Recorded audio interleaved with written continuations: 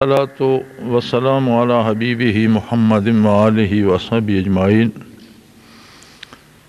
اعوذ باللہ من الشیطان الرجیم، بسم اللہ الرحمن الرحیم۔ اسلام میں سارے سال میں دو تہوار ہیں، ایک رمضان المبارک کے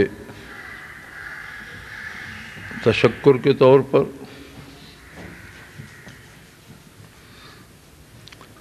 وَلِتُكْمِلُوا الْعِدَّةَ وَلِتُكَبِّرُوا اللَّهَ عَلَى مَا هَدَاكُمْ، کہ جب رمضان مکمل کر چکو تو اللہ کی بڑائی بیان کرو جس نے تمہیں ہدایت نصیب فرمائی، اسے یوم عید کہتے ہیں۔ اور دوسرا عید قربان یا عید الاضحیٰ، جس پہ سیدنا اسماعیل علیہ السلام کی عظیم قربانی اور سیدنا ابراہیم خلیل اللہ علیہ السلام کے عظیم ایثار کی نہ صرف یادگار ہے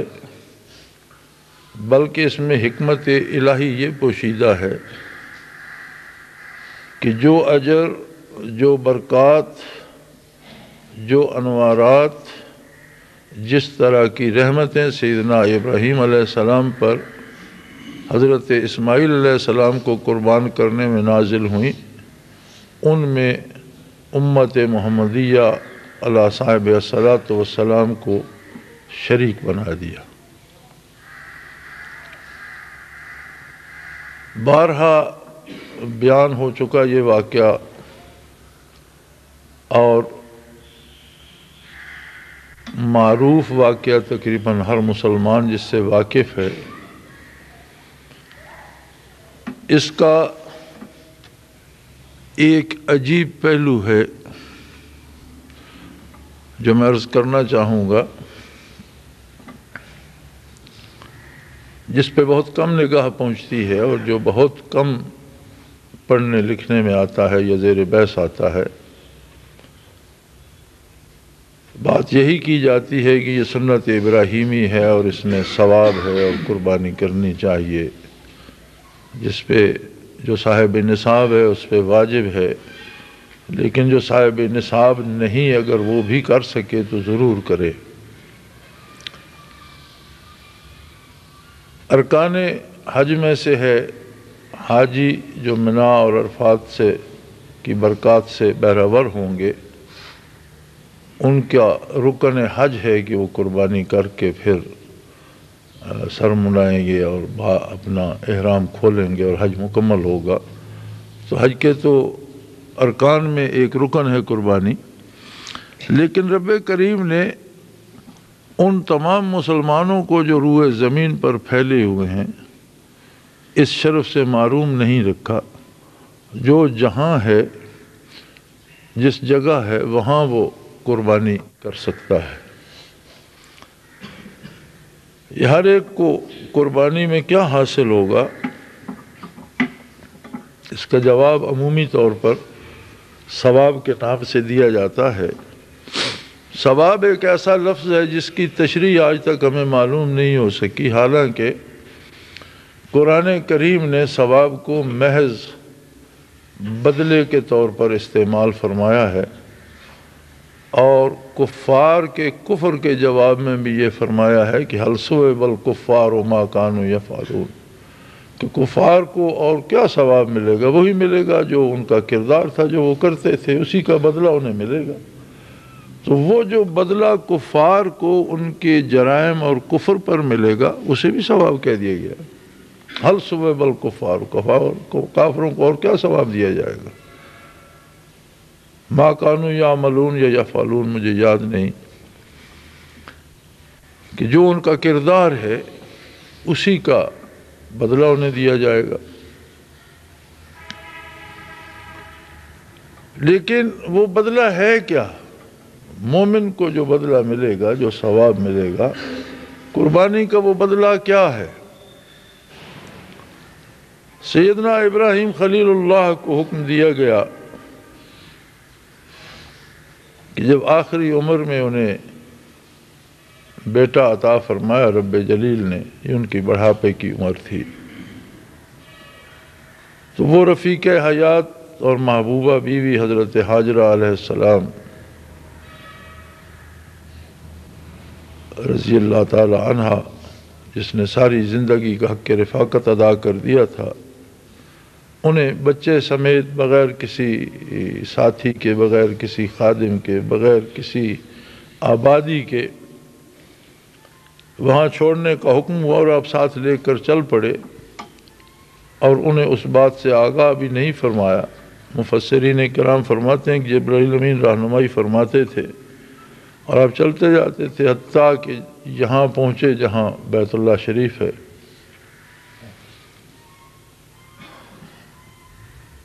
اور یہاں قیام کا حکم ہوا، اور حکم یہ ہوا کہ اہلیہ کو اور بچے کو چھوڑ دیں اور آپ واپس چلے۔ تو ایک مشکیزہ پانی کا تھوڑی سی خوراک دے کر جب آپ رخصت ہونے کے لیے اپنے گھوڑے کی طرف بڑھے تو انہوں نے پوچھا کہ آپ ہمیں یہاں کیسے چھوڑے جا رہے ہیں، اس ویرانے میں جہاں دور دور تک کسی آبادی کے آثار نہیں ہیں، کوئی خوراک کا، پانی کا کوئی انتظام نہیں ہے، کوئی چیز نہیں ہے، کوئی بنی آدم نظر نہیں آتا، ایک یا سیاہ پوش پہاڑ ہے یا لکودک صحرا ہیں گردا گرد۔ تب آپ نے فرمایا کہ میں تمہیں اللہ کے حکم کے مطابق یہاں چھوڑے جا رہا ہوں۔ تو مائی صاحبہ نے فرمایا کہ پھر ہمیں اللہ کافی۔ اور زمزم بھی، آب زمزم جو ہے، یہ چشمہ بھی اسی قربانی کی یادگار ہے کہ جب وہ مشکیزے کا پانی ختم ہو گیا اور اس قدر پیاس بڑھی کہ مائی صاحبہ کا دودھ بھی بچے کو دینے کے لیے نہ رہا، تو بےتاب ہو کر پہاڑوں پر چڑھ کر دیکھنے کی کوشش کی، صفا پہ چڑھی، پھر نیچے اتر کر مروہ کی طرف گئی، اس پہاڑی پہ چڑھ کے دیکھا کہیں کوئی آثار ہوں، کوئی پرندہ نظر آئے، کہیں کوئی پانی کے آثار ہوں، کوئی آبادی ہو، کوئی ہو۔ تو جب وہ نیچے گہرائی میں وادی میں اترتیں تو سیدنا اسماعیل علیہ السلام جو ننھے بچے تھے وہ آنکھوں سے اوجھل ہو جاتے، تو وہاں سے وہ دوڑ کر چلتی، اور جب پہاڑی پر چڑھنے لگتی تو پھر آرام سے، جب بچہ سامنے ہوتا تو وہ ان کے 7ویں پھیرے میں جب وہ صفا پہ آئیں تو انہوں نے دیکھا کہ جہاں سیدنا اسماعیل علیہ السلام اپنے ننھے پاؤں رگڑ رہے تھے وہاں سے پانی ابل رہا ہے۔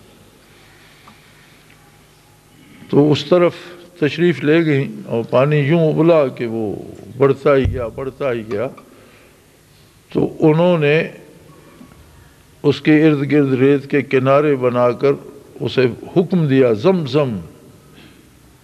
اس وقت کی اس زبان سے زمزم کا معنی تھا ٹھہر جاؤ، رک جاؤ۔ تب سے اس چشمے کا نام آب زمزم پڑ گیا۔ حضور علیہ السلام کے ارشادات میں بھی ہے کہ اگر مائی صاحبہ اسے روکتی نہیں تو شاید یہ دنیا میں بہتا چلا جاتا۔ بہرحال مسلمان خوش نصیب ہیں کہ ابھی تک اس سے فیض یاب ہو رہے ہیں، اور نبی کریم صلی اللہ علیہ وسلم نے اسے ہر مرض کی دوا قرار دیا ہے اور فرمایا کہ اتنا پیو کہ پیٹ بھر جائے، پیاس سے زیادہ پیو، یہ ہر مرض کی دوا ہے۔ حجاج کرام کو اللہ نصیب کرتا ہے، زائرین کو نصیب ہوتا ہے، عمرے والوں کو نصیب ہوتا ہے، اور الحمدللہ جو بھی وہاں حاضری دیتے ہیں وہ دوستوں ساتھیوں کے لیے لے بھی آتے ہیں برکت کے طور پر۔ پھر سیدنا ابراہیم خلیل اللہ کو خواب میں یہ دکھایا گیا کہ وہ اپنے بیٹے اسماعیل علیہ السلام کی قربانی کر رہے ہیں، ذبح کر رہے ہیں۔ قرآن حکیم جو شہادت دیتا ہے وہ صرف اتنی ہے کہ فلما بلغ معاہ السعی، جب وہ اس قابل ہوئے کہ انگلی پکڑ کر ساتھ چل سکیں، تو آپ پھر وہاں تشریف لے گئے۔ آپ آتے جاتے رہتے تھے، تشریف لے جاتے تھے، واپس آ جاتے تھے، پھر کوئی ایک قافلہ گزرا، اس نے وہاں آثار دیکھے، جب پانی ہوا تو پرندے ورندے بھی آ گئے. پھر یہ قافلے والے لوگ بڑے ہوتے تھے سمجھدار ان باتوں کے، وہ پرندوں سے اندازہ انہوں نے لگایا کہ یہاں کو پانی ہے. پھر وہاں گئے تو مائی صاحبہ کی اجازت سے انہوں نے وہاں پڑاؤ ڈال دیا. یوں مکہ مکرمہ کی آبادی کی بنیاد پڑی. سیدنا ابراہیم خلیل اللہ نے جب دیکھا خواب تو آپ تشریف لے گئے اور مائی صاحبہ سے فرمایا. اب دیکھیں کتنی عظیم خاتون ہے کہ جس کی وہ بے تابانہ دوڑ اللہ کو ایسی پسند آئی کہ قیامت تک کے لیے سعی کو حج اور عمرے کا رکن بنا دیا، اور مقبولان بارگاہ میں اولیاء اللہ، علماء حق، صحابہ کرام، حتیٰ کہ خود محمد الرسول اللہ صلی اللہ علیہ وسلم نے بھی اس عمل پر عمل پیرا ہو کر اس کی عظمت کو دوبالا فرمایا، اور حضور نے بھی صفا اور مروہ میں صحیح فرمائی. یعنی اللہ کو وہ بے قراری اور بے تابی کی دوڑ جو مائی صاحبہ کی تھی وہ اتنی پسند آئی کہ قیامت تک کے لیے اسے نجات کا سبب اور گناہوں سے پاکیزگی کا سبب قرار دے دیا، اور حج کے اور عمرے کے ارکان میں شامل کر دیا. عمرہ بھی بغیر صفا مروہ کی صحیح کے پورا نہیں ہوتا. حالانکہ عمرے میں باقی بہت سے ارکان حج کے جو ہیں وہ ادا نہیں کیے جاتے، لیکن صحیح جو ہے وہ ضروری ہے کہ طواف بیت اللہ کے بعد صفا اور مروہ کی صحیح کی جائے. تو مائی صاحبہ سے کیوں نہ کہا کہ مجھے خواب آیا ہے اور میں قربانی کرنا چاہتا ہوں؟ اس لیے کہ وحی الہی کا مفہوم سمجھنا یہ صرف نبی کو استعداد عطا کی جاتی ہے. اگر مائی صاحبہ سے آپ فرماتے بھی تو شاید وہ سمجھ نہ پاتی. لیکن عجیب بات ہے کہ جب انہوں نے انہیں کپڑے شپڑے پہنا کر تیار کر کے ساتھ کر دیا اور آپ ساتھ لے کر چل پڑے، تو مینا میں پہنچ کر اس ننھے بچے سے جو ابھی محض انگلی پکڑ کر چلنے کے قابل ہوا تھا، اس سے فرمانے لگے کہ بیٹا انی ارا فی المنام، میں نے تو خواب دیکھا ہے، اور خواب یہ ہے کہ انی اذبحک، کہ میں تمہیں ذبح کر رہا ہوں. یہ خواب میں نے دیکھا ہے. وہ بھی چونکہ اللہ کے رسول تھے، اور عظمت رسالت یہ ہے کہ وہ اللہ کی بات کو اور اس کے مفہوم کو سمجھتے ہیں. انہوں نے فوراً یہ جواب دیا، یا ابت افعل ما تؤمر، ابا جی آپ کا خواب وحی الہی ہے، ابراہیم خلیل اللہ کا خواب ہے، اللہ کے رسول کا خواب ہے، اور یہ خواب نہیں، آپ کو حکم دیا گیا ہے، اور آپ اس پر عمل کیجئے جو حکم اللہ نے دیا ہے. آپ یہ خیال نہ کیجئے کہ میں ننھا بچہ ہوں اور میں کیا کہوں گا، ستجدنی انشاءاللہ من الصابرین، اللہ کو منظور ہوا تو آپ مجھے بھی صبر کرنے والا پائیں گے، چونکہ میرے لیے بھی وہی حکم ہے جو آپ کے لیے اگر ذبح کرنے کا حکم ہے تو میرے لیے ذبح ہو جانے کا حکم ہے. میں بھی اللہ کا رسول ہوں.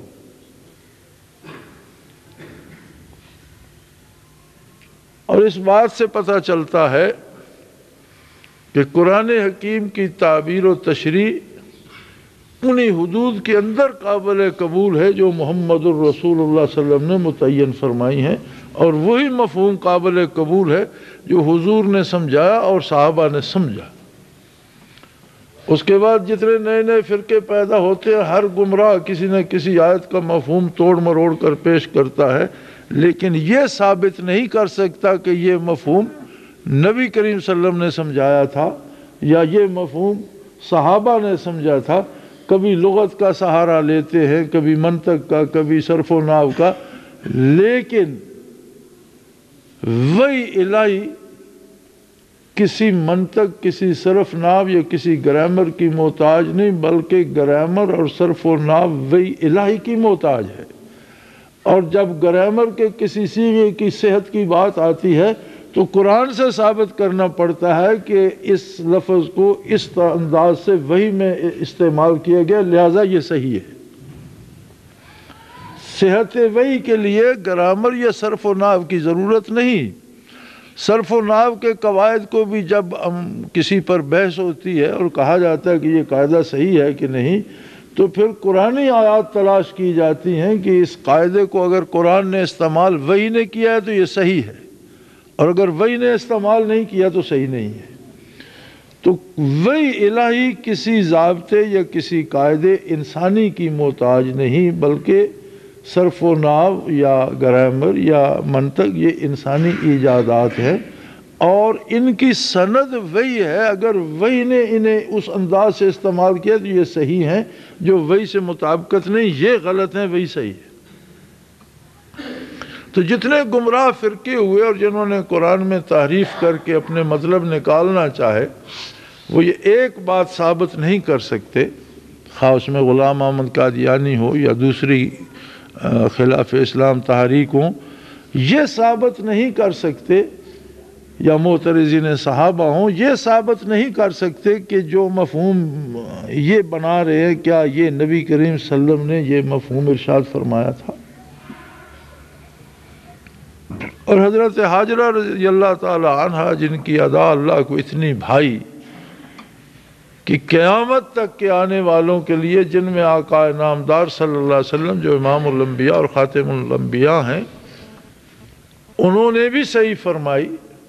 اور اس میں شریک ہوئے، انہوں نے بھی قربانی دی اور اس میں شریک ہوئے۔ اس عظمت کے باوجود ان سے وحی الہی کی تشریح نہیں کرائی ابراہیم علیہ السلام، لیکن ایک ننھا بچہ جو محض انگلی پکڑ کر چلنے کے قابل تھا، اس پر اپنی بات واضح کر دی کہ میں نے تو یہ خواب دیکھا ہے بیٹے کہ میں آپ کو ذبح کر رہا ہوں۔ اور انہوں نے جواب میں خواب کی تعبیر نہیں بتائی، انہوں نے فرمایا یا ابت افعل ما تؤمر، ابا جی آپ کر گزریے جو آپ کو حکم دیا گیا، آپ کو یہ حکم دیا گیا اور یہ آپ کر گزریے۔ چنانچہ وہ وَتَلَّهُ لِلْجَبِينِ، انہوں نے ذبح کرنے کے لیے انہیں لٹا دیا۔ مفسرین کرام لکھتے ہیں ان کی آنکھوں پہ پٹی باندھ دی، اپنی آنکھوں پہ پٹی باندھ دی کہ آخر انبیاء اور رسل میں بھی خصوصیات بشری تو ہوتی ہیں، محبت پدری غالب نہ آ جائے یا بیٹا چھری دیکھ کر گھبرا نہ جائے، لیکن آپ نے بسم اللہ اللہ اکبر کہہ کر چھری چلا دی، خون کے فوارے بہہ اٹھے، تڑپ کر ٹھنڈے ہو گئے۔ جب سمجھا کہ اب روح پرواز کر گئی، تڑپ کر ٹھنڈے ہو گئے ہیں، گردن کٹ گئی، خون بہہ گیا، تو آپ نے آنکھوں سے پٹی اتاری تو دیکھا سیدنا اسماعیل علیہ السلام تو کھڑے مسکرا رہے ہیں، اور ایک دمبا ہے جسے آپ نے ذبح کر دیا۔ تو آپ پریشان ہو گئے کہ شاید میری ساری محنت حقارت گئی، تو فوراً وحی الہی وارد ہوئی کہ قد صدقت الرؤیا یا ابراہیم، یا ابراہیم آپ نے تو اپنا خواب سچا کر دکھایا، آپ نے اس پر عمل کیا اور ہم نے منظور کر لیا، اسماعیل علیہ السلام کی قربانی قبول ہو گئی، اور ہم نے جبرائیل امین کو جنت سے ایک مینڈا دے کر بھیج دیا کہ اسماعیل کی جگہ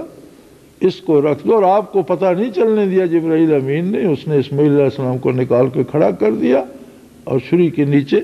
جنت کا دمبا رکھ دیا جسے آپ نے ذبح فرمایا۔ لیکن یہ ہم نے کیا ہے، آپ نے اسماعیل ہی کو ذبح کیا، آپ کی قربانی قبول ہو گئی، لیکن وَفَدَيْنَاهُ بِذِبْحٍ عَظِيمٍ، اسے ہم نے بہت بڑی قربانی پر قربان کیا ہے۔ وہ ذبح عظیم کیا تھی؟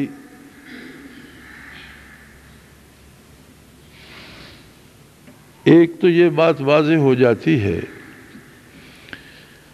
کہ غیب دان صرف اللہ ہے، اور جتنا چاہتا ہے اپنے انبیاء اور رسول کو عطا کر دیتا ہے، اور جو بات نہیں بتانا چاہتا وہ نہیں بتاتا۔ ما کان اللہ لیطلعکم علی الغیب ولکن اللہ یجتبی من رسلہ من یشاء، اللہ ہر ایک کو غیب کی بات نہیں بتاتا، لیکن اپنے رسولوں میں سے جسے چاہتا ہے پسند فرماتا ہے، چن لیتا ہے اور غیب کی علوم عطا فرماتا ہے۔ جتنے علوم تمام انبیاء کو عطا فرمائے گئے ان سب سے کہیں زیادہ علوم محمد الرسول اللہ صلی اللہ علیہ وسلم کو عطا فرمائے گئے، لیکن یہ بات اللہ اور اللہ کے رسول کی ہے، میرے اور آپ کے ماپنے کی نہیں۔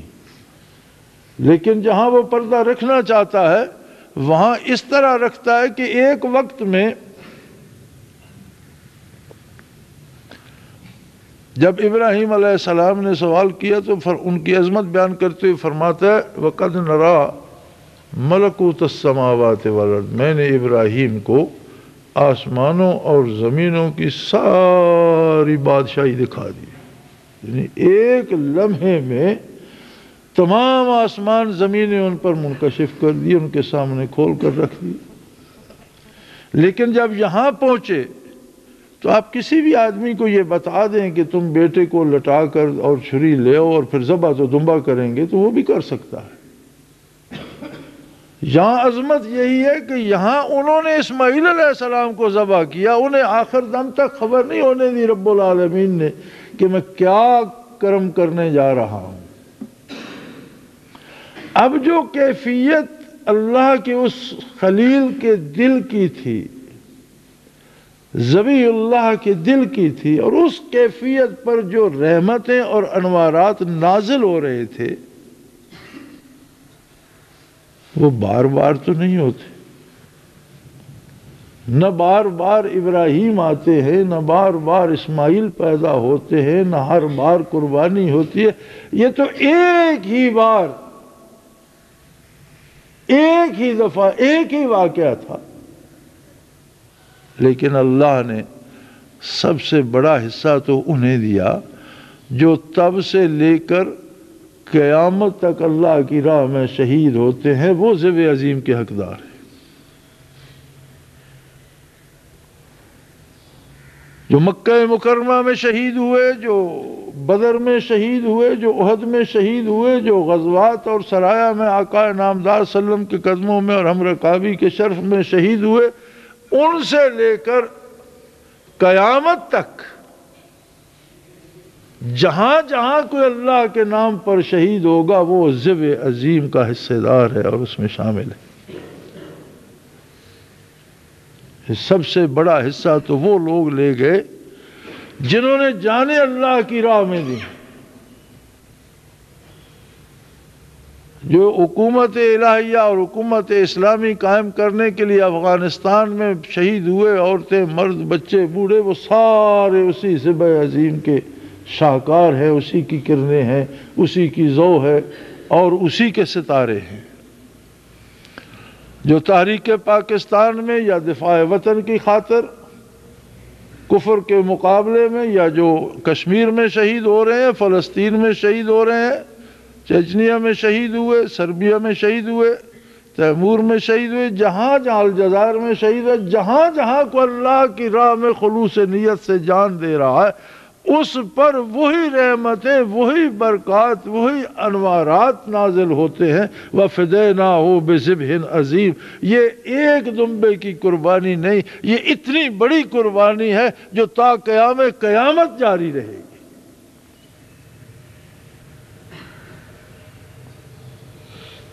تو شہداء تو اس سے بہرہ مند ہوئے، لیکن عام مسلمان کے حصے میں کیا آیا؟ فرمایا کوئی مسلمان اپنے حصے کی قربانی کرے، جانور قربان کرے، اسے وہی اجر، وہی ثواب، وہی درجہ عطا ہوگا، وہی برکات اس پر آئیں گی، اس کی اپنی حیثیت کے مطابق، اس کی اپنی استعداد کے مطابق، اس کے اپنے خلوص کے مطابق وہی برکات اس پر وارد ہوں گی، وہی انوارات اس پر وارد ہوں گے جو سیدنا ابراہیم خلیل اللہ پر، جو اسماعیل ذبیح اللہ پر وارد ہوئے، اور وہی رحمتیں اس پر نازل ہوں گی۔ لہذا قربانی محض رسم نہیں ہے، یہ اس طرح بھی نہیں ہے کہ خانہ پوری کی جائے، بلکہ پورے خلوص کے ساتھ۔ اور حق یہ ہے کہ اگر امت ہو اور استعداد ہو تو قربانی کے جانور کو خود ذبح کرے، کہ ابراہیم علیہ السلام نے خود ذبح کیا تھا۔ نبی کریم صلی اللہ تعالی علیہ وسلم نے 100 اونٹ قربان فرمایا، اور آپ نے نہر فرمایا، اونٹوں کو دو طرح سے ذبح کیا جاتا ہے، ایک تو گلے سے ذبح کرتے ہیں، دوسرے تکبیر پڑھ کر یہاں نیزہ مارتے ہیں گردن کے نیچے، جس سے وہ گر جاتا ہے اور پھر گردن بھی کاٹ دی جاتی ہے۔ تو 63 آپ نے اپنے دست مبارک سے نہر فرمایا، اور باقیوں کے لیے حضرت علی کرم اللہ وجہ الکریم کو حکم دیا کہ باقی کے تم ذبح کر دو۔ اور اللہ کی شان دیکھیں کہ آپ کا قیام اس عالم آب و گل میں 63 برس ہی رہا۔ یعنی قربانی میں یہ بھی ضروری نہیں ہے کہ ہم خانہ پوری کریں، اور بلکہ قربانی میں حیثیت دیکھی جاتی ہے کہ کس کی کتنی حیثیت ہے اور وہ کتنی قربانیاں کر سکتا ہے۔ ہر فرد خانہ کی طرف سے کرے، بکرا کرے، دمبا کرے، گائے کرے، بیل کرے، بھینس کرے۔ جانور جو بڑے ہیں ان میں 7 حصے ہو جاتے ہیں، جو جانور اوسط درجے کا اس میں 5 حصے ہو سکتے ہیں، لیکن بکرا دمبا وغیرہ جو ہے وہ ایک کے لیے ایک ہی ہے اور اسے توڑا نہیں جا سکتا۔ بہرحال قربانی کے مسائل عام ہیں اور روزمرہ بیان ہوتے ہیں۔ جو چیز میں عرض کرنا چاہتا ہوں وہ یہ ہے کہ اس کے پیچھے ثواب کیا ہے۔ ایک گول مول لفظ ثواب کہہ دینے سے حقیقت منکشف نہیں ہوتی، اس کے پیچھے وہ انوارات ہیں، وہ برکات ہیں، وہ رحمتیں ہیں،